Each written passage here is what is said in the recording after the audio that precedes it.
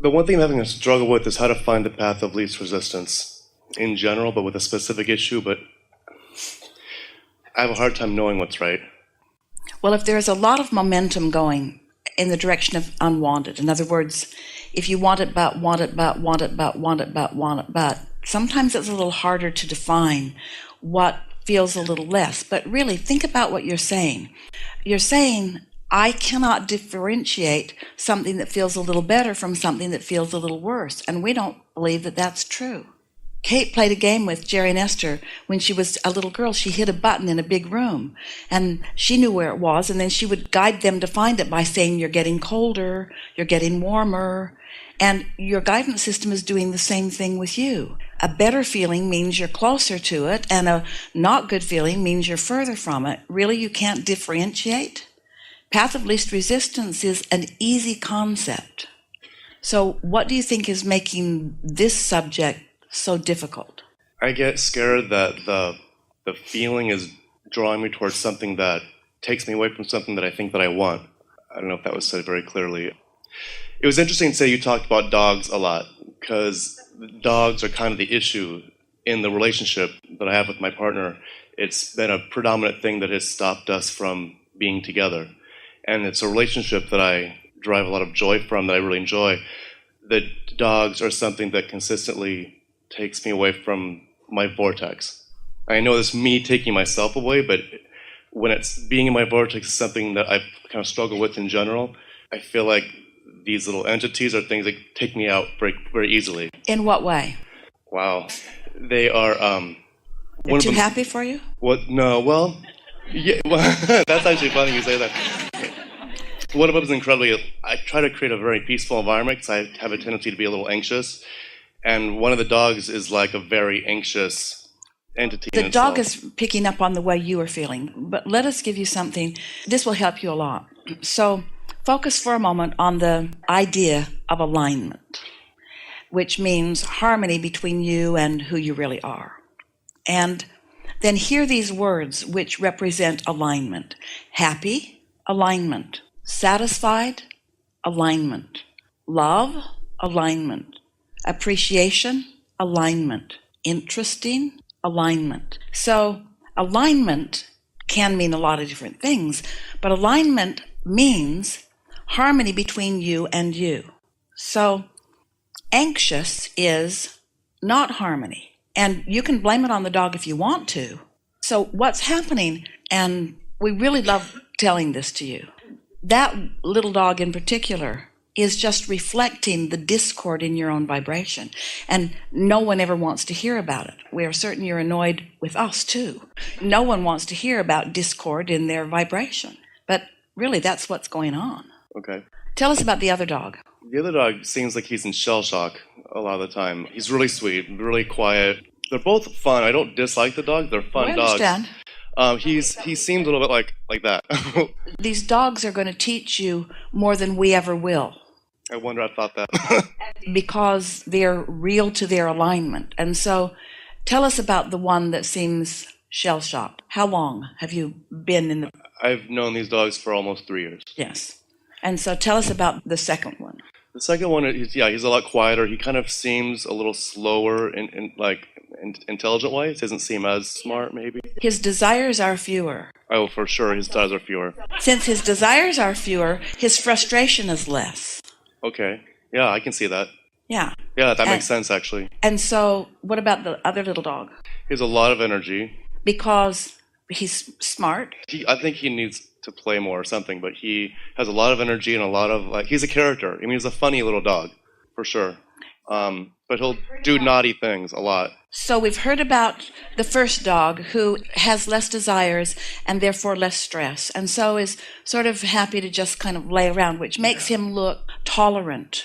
But really it's not that he's more tolerant, he's just not contradicting his own desires so much, so he feels better more of the time. The second little dog has more that he wants that he's not getting, and so he pesters more. And then you're the third dog.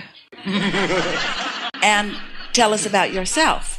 Are you more like the first dog or the second dog? I'm more like the crazy dog. I'm more like the energetic dog, for sure. And so you have the most to learn from that dog. So that's the dog that's reflecting back to you. Now, we know this sounds crazy, but in the spirit of we're all in this together, these dogs are part of the energy dynamic that you've got going on. So now tell us a little bit about how big a role this particular little dog you think is really playing in your upendedness. Playing a role or just reflecting back the discord that's already there? A lot of his naughty behaviors were happening before I even knew this dog. When I met my partner, I saw the destruction that this dog had unleashed before I even stepped into the picture. So what kind of destruction? Couches being torn apart, linoleum being ripped off the floor. He pissed on my Roomba. So what he's demonstrating to you is there are so many things I would like to think about, and I'm confined in this one small space. I think so. And this is what someone who has many things that they want to do, who for whatever reason is not being allowed to do them, does. So that's what I would do, probably. It's what you are doing. It's what you are doing to some extent. In a different way. In a different way. Yeah. So is there any way of giving this little dog more freedom? I think so, yeah. It's going to take some time, but yeah. More engagement? More satisfying opportunity to flow energy? We know it sounds odd that we are spending so much time talking about the behavior of this little dog, but we want you all to relate to it just a little bit.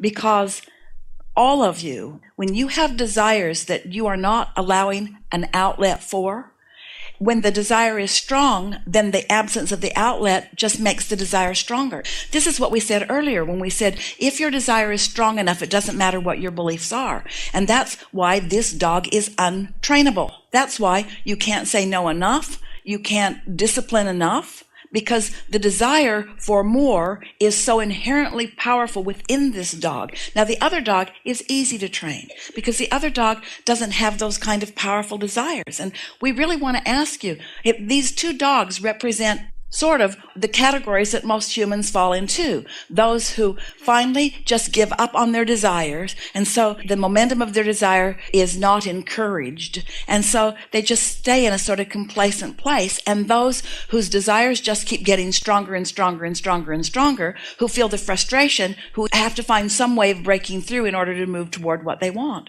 Don't you love these little dogs and what they are explaining to you? Yeah. And so we have a question for all of you. Which dog would you rather be? Because most humans would say, well, I'd rather be the dog that's content. We say, no, you would not. That's not who you were born to be. The beasts of your planet are more like that, but you were born for life to give you continuing new desires that you intended fully, with everything that you are, to keep up to speed with, you see. And so you'll feel frustration too when you've got desires that you are depriving yourself of. Not just depriving yourself of having, as in letting the thoughts turn all the way to things, but depriving yourself of believing, depriving yourself of expecting, depriving yourself of finding harmony with, depriving yourself of the sweet spot of expectation, you see. So this little dog, this bothersome little dog, has not given up expectation, keeps finding a way to satisfy.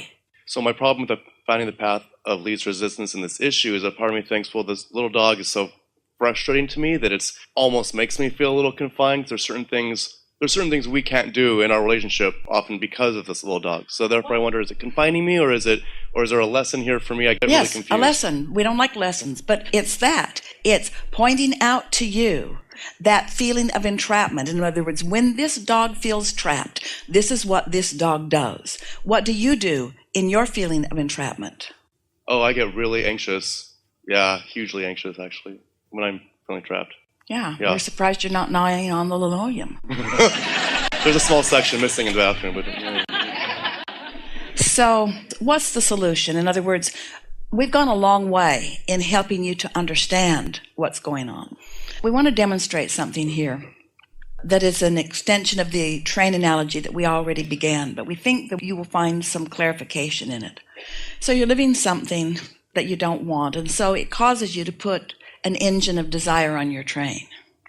But just the awareness that you're where you don't want to be on that issue causes you to put an engine of doubt on it at the same time. So right out of the gate, you're in what could be, if you were really sensitive, could be called a tense situation if you're sensitive.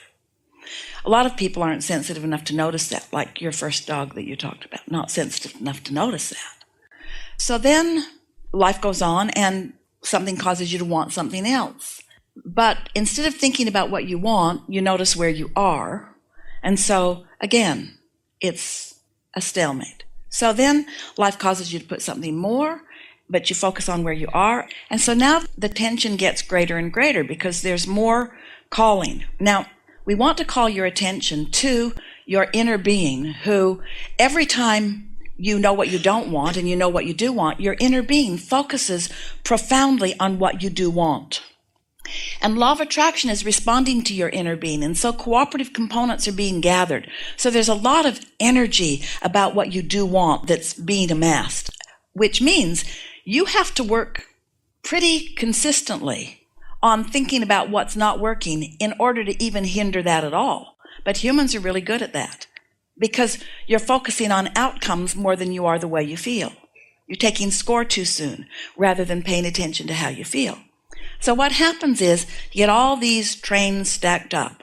So the tension gets stronger and stronger and stronger and stronger and stronger, which is what you're describing.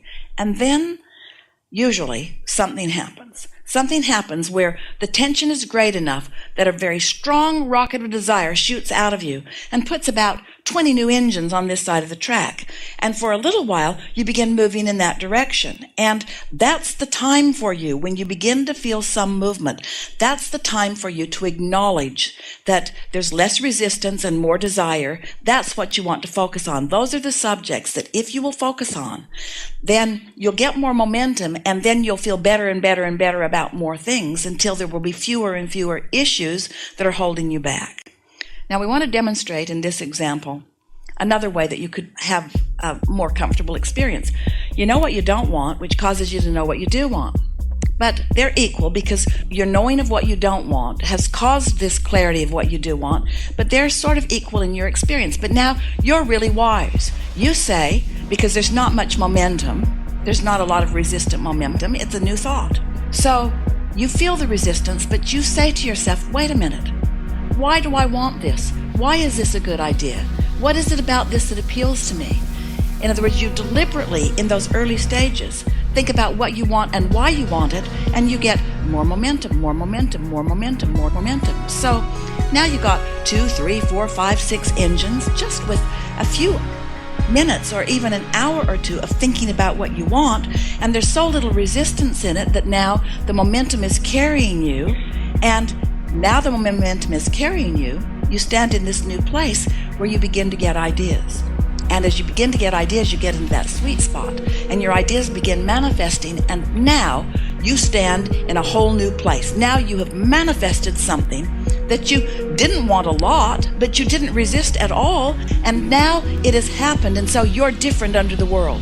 You stand in a different place with a different set of contrasting experiences, but now you're smarter because you've had that experience. So now, in your new place, things happen that cause you to know what you don't want and you know what you do want, but now you spend no time thinking about what you don't want because now you're onto the process. So now you think about what it is that you want and why you want it and how it would feel good and how it would enhance your experience and what is it about it that you like. And you get 4, 5, 6, 7 more engines going that way. So the resistance that you have is having no effect on you at all. And now, because the momentum is going and now you're more in vibrational alignment and the universe is organizing the cooperative components and you're watching things happen and you're starting to feel more powerful, and now you're in that sweet spot where things feel like they're working out for you, and now, boom, another manifestation. Really happened pretty fast. I'm really getting the hang of this, you think. And now you stand in a whole new set of contrasting experiences, because you will never not be in a set of contrasting experiences. But these are different now. They're different than the ones before. You are a different person responding to them. So now this contrast doesn't have much of a chance of dissuading you, because now you've got the rhythm. Now you feel like a powerful creator. Now you are understanding the power of your thought. Now you are utilizing your guidance system effectively. Now you're not going to let something take you into a direction that you don't want to be just because it exists. Now you are a deliberate creator.